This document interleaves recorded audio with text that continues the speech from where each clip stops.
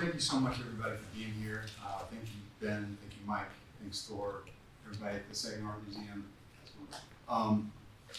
For this opportunity and also for maintaining this this great institution. It's an invaluable asset, I think, to the region. I love the fact that it's still here, it's still thriving.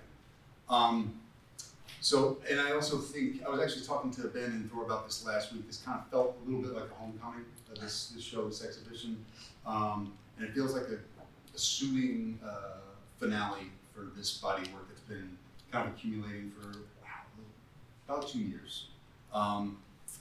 The common thread through all the pieces is the idea of work ethic, how we define it, how we let that define us, how we quantify it. The title, working on it. Yes, it ties into the idea of work, but it's a mechanism for asking for grace from ourselves and from each other. I was actually thinking about this today, back to an interview I did with Thor during 2020, the lockdown, kind of about how coping with COVID and quarantine and how artists are working through that. And I can't remember all what I said, but I think that's, in a way, that's kind of what I've been processing through this whole body of work, because it dates, I think it starts back in 2021. I think the whole process with some of the stencils I started cutting out, some of the imagery I started using. I choose a lot of the imagery, so you'll see a lot of repetition because there is stencil work. And my first exposure to that happened in undergrad with silkscreen. So and then I kind of translated that over with spray paint using stencils. So I kind of think of it almost like printmaking with paint. And so you get this kind of repetition, this build up. You see a lot of themes that connect, and you'll see. I recognize that guy from the other piece. So you'll see, and I do kind of connect and have favorite pieces of imagery, like the bag, for whatever reason, just the wrinkles in the bag. I've got enamored with. So, but the choice of the subject matter for a lot of these, it deals with what I call leisure labor. So there's, and some of it I experienced myself. One with functional fitness or CrossFit, because a lot of it is this idea of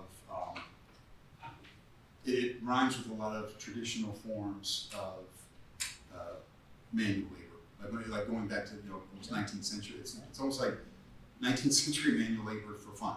That's kind of for sport or for personal benefit.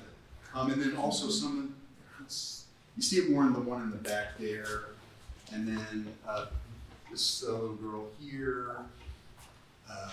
There's images taken from Pick Your Own Fruit or Pick Your Own berry picking, which I also engage in summertime. And it's one of these things where I was thinking about this, thinking about my own kind of attachment to these things. And there's an anecdote from Thomas Friedman and a joke from Jim Gaffigan that made me think about this in a different light. One, Thomas Friedman tells us stories to tell when this happened. This is when he first experienced the pre-printed boarding pass.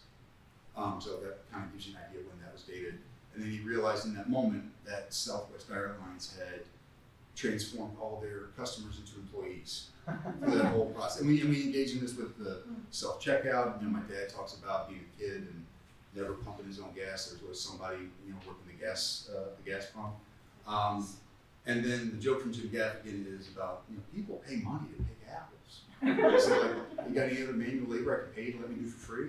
And so it's kind of poking fun at that whole notion, but at the same time poking fun at myself, because it's like, why do we engage in these things? Why do I engage in these things? Especially like when I'm in the middle of working out, like why am I doing this to myself? Like it's why am I paying somebody to torture me like this? Like, what's the whole point? What am I getting out of this? But there's activities that give us a sense of purpose. And even just being in the action itself, I think about berry picking. If it's a nice day like today or middle of July in Michigan, it can be a nice meditative process, a nice meditative activity. And it's a form of labor. So that's kind of the general gist. Some of these have taken on different, there's kind of different groupings. Say some of these are more grouped, in terms of time period. This one here, actually the wall, the central 1, 2, 3, 4, 5 here were shown for about a month. And that's the only time they've been shown. So they're about a month old. This one here, and then there's 3 on the far wall right when you come in. This is the first time they've been shown. And then some of the other pieces they've been shown a couple times. But since Ben brought it up, 3 here on the back wall, just to kind of give everybody, this is the underlying, and actually Austin might have been around for some of these. I used to do self-portrait demos for my painting 1 class. And so you can see in the middle one, like dead center, through the hole in the wall. And so like that's, so there's all 3 of those. There's a self-portrait underneath because I had all these paintings of myself. It's like, what am I gonna do? So you know, I started. I was there for that. Painting 1, watching him do these self-portraits, Yeah, it was pretty incredible. So that's kind of the, since Ben asked, or Ben brought that up. Yeah, just, yeah. Give that away. Yeah, I guess, yeah. How do the more abstracts fit in the home? You have a couple that are quite abstract. How do they fit in the home? So it's kind of, so there's a lot of layering in some of these more representational pieces. And it's kind of an echo of this idea of chaos and being inundated with activity and stress to the point where it makes it difficult for us to witness each other's struggle.